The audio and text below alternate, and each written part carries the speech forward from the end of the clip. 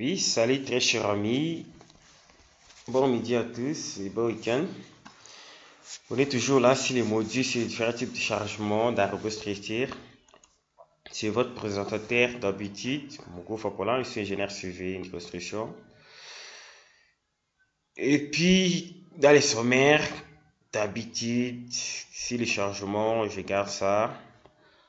Tous ces détails, gardez comme tel, comme dans les vidéos précédentes. Voilà, tout ce que je veux faire, c'est quoi? C'est revenir encore une fois ici. Cette fois-ci là, après avoir fait des différents chargements sur ma structure ici, je reviens pour continuer la suite avec vous. Alors, nous avons déjà parcouru tout ce cas ici au niveau du chargement en nodal. Nous avons parcouru toute cette partie-ci pour les cas de barres. Nous avons parcouru toute cette partie au niveau des cas surfaciques, sauf quelques points ici. Les cas de pression hydrostatique, bon, tout le monde peut le faire. J'espère qu'il y a déjà de domaine avec ces notions que nous venons de donner. Personne ne peut être en mesure de ne pas réaliser quelque chose là-dessus. Maintenant, nous sommes à ce niveau ici. Pour le faire, si je rentre d'abord ici, là, je vais dans changement. Moi, je vais quoi? Je voudrais aller dans chargement. Dans chargement, j'ai déjà certaines valeurs dans ce tableau là-bas, tel qu'indiqué. Pour les cas propres, si je viens ici, pour les cas propres, j'ai créé des chargements là-dessus. En fait, il fallait que je crée d'autres dans les charges d'exploitation, mais en fait, j'ai créé ça là-bas. Alors, si je viens ici, je me dis par exemple, je n'ai pas créé, à créer la structure et à faire le poids propre, j'ai supprimé par exemple le poids propre, j'ai la possibilité de recréer ça encore une fois. Par exemple, je peux créer le poids propre dans les charges d'exploitation. Bon, comme j'ai indiqué, peut différemment, vous allez comprendre. C'est assez de comprendre. Si j'étais là-bas, supposé que c'est une charge d'exploitation, non, une charge permanente, le poids propre, je voudrais affecter cette charge manuellement. Pour le faire, je viens ici. Voici l'option qui va me permettre à faire considérer tout le poids propre dans notre structure. Si je clique là-bas, paf, vous voyez, il a pris automatiquement tout le poids propre. Alors, voilà un peu comment est-ce que vous pouvez faire ça. Gardez votre indication sur le poids propre et puis cliquez ici. Votre poids propre sera automatiquement considéré. Si je viens par exemple, comme c'est ça, j'ai la possibilité de sélectionner ça et puis supprimer cela. Je peux supprimer, tout comme je peux encore une fois réajouter. Si je vais là, je rentre. Non, je n'ai pas supprimé, je vais supprimer autre chose. Non, je viens là-bas. Je supprime. Je peux me faire delete. Après avoir fait delete, voilà. Le logiciel a pris à compte la suppression. Si je retourne, je viens pour ajouter, voilà, et puis j'ai cet accès ici. Si je clique, paf, ça reconsidère ça. Vous pouvez jouer avec ça. Mais ici aussi, vous avez la possibilité de considérer le poids propre séparément avec les éléments. Vous pouvez prendre ces éléments ici et puis vous venez cocher différemment, ajouter, cocher différemment. Voilà, c'est ça, les deux trucs ici. Ici, c'est quoi? Ici, vous avez la possibilité d'ajouter une phare, quoi ça, à une accélération. Quelconque, c'est votre élément. Vous avez la possibilité d'ajouter une masse et de faire cette façon-là. Ça, c'est pendant les analyses dynamiques, les élasticités, c'est les détails d'éléments.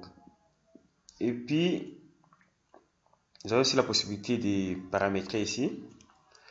Vous avez la possibilité d'ajouter des masses au niveau des nez, tout comme au milieu, ajouter des rotils pour des calculs toujours élastiques. Voilà. Après avoir fini ici, ce que je vais faire, c'est quoi? C'est considérer maintenant les cas de chargement que je peux appeler par exemple quoi? Je peux dire quoi? Bon, je considère le vent. Bah oui, très cher ami, tel que je disais, je voudrais faire juste un petit astuce sur le vent, considérer comment la soufflerie peut se faire. Mais toutefois, ce qui est recommandé, c'est d'avoir les CFD, Computation Fluid Dynamics. Alors, cela va permettre de générer certains trucs sur le vent. Mais toutefois, vous avez aussi la possibilité de venir considérer votre tunnel du vent, votre tuyau du vent, et puis tout en ayant les données de votre milieu. Si la vitesse du vent, vous pouvez paramétrer. Par exemple, vous avez une vitesse de 20 mètres par seconde, votre milieu, soit 25, soit 30. En fait, ça dépend. Vous pouvez définir là-bas, et puis vous pouvez définir le sens au vent de ce côté, sur X, et le sens des turbulences du vent, et puis derrière, vous pouvez l'indiquer aussi de ce côté, là-bas. Après avoir fait ça, vous pouvez indiquer votre niveau. Je prends toujours le niveau 0 que je considère, voilà, comme on voit. Je prends tous les éléments que j'ai fait pour que ça prenne en considération. Voilà, je génère ça automatiquement. Je suppose que les ouvertures sont vraiment fermées pour qu'il voit en fait quelque chose là-bas. Et puis, je considère à 50%, non, 0,5%, ce cas ici, de génération de charge. Alors, je peux venir ici le profil du vent. En ayant le profil du vent, j'ai la possibilité de définir certaines hauteurs. Je prends par exemple d'abord à 3,50 m. 3,50 m, bon, je suppose que le vent frappe de ce côté-là. Je reviens ici. À ce niveau ici, je suis là. Je peux dire qu'il faut que le vent s'incline pour que ça considère un certain angle. Et puis, toutefois, je peux venir jusqu'ici à cette hauteur de 12 mètres. Voilà, au maximum, ça prend jusqu'à 30. Toutefois, vous pouvez mettre 20 mètres. Et puis, ça dépend en fait de votre bâtiment par rapport à son exposition. Vous pouvez indiquer, nommer ça comme vous voulez là. Vous pouvez réinitialiser pour recommencer ces paramètres. Et puis, tout ce que je vais faire, je peux démarrer. Et puis, quand je démarre, voilà, et puis, le tuyau, le tunnel de vent est déjà là. Et ça considère déjà tous les paramètres que j'ai mis, tels que vous voyez là-bas. Le vent est en train d'affecter directement notre structure. Voilà, et puis c'est que ça se passe ici. En tout cas, tout ce que je vais vous dire que ce n'est pas une chose à négliger. Et puis, il y a un de mes professeurs, c'est un Américain qui m'a dit ça, ces histoires. Il a dit quoi? C'était au fait en anglais. Il a dit, have fun with this. It's crazy to have this in your own structure. Vous pouvez jouer, vous amuser avec sa main. C'est peu fou et censé d'avoir ça dans votre propre structure quand vous subissez ça. Alors, c'est pas de la blague. Il faut travailler suffisamment pour les ingénieurs de structure. Je vous donne l'état de bien consulter, de bien voir. Et puis, pour la suite, les résultats, ça dépend de quoi? Il y a des valeurs d'essence du voir. Ok. Le pourcentage varie là-bas et toutefois la valeur est kilonewton. Il y a valeur de pression, c'est l'élément au niveau à la direction perpendiculaire, les valeurs varient. Et au niveau de la direction verticale, ça varie toujours par rapport aux paramètres que moi je définis. Toutefois, après avoir fini ça là-bas, vous avez la possibilité d'aller vérifier cela dans votre note. Alors, cela, en tout cas, va prendre un moment pour le faire. Il y a des pressions qui se manifestent déjà là-bas par rapport à notre simulation.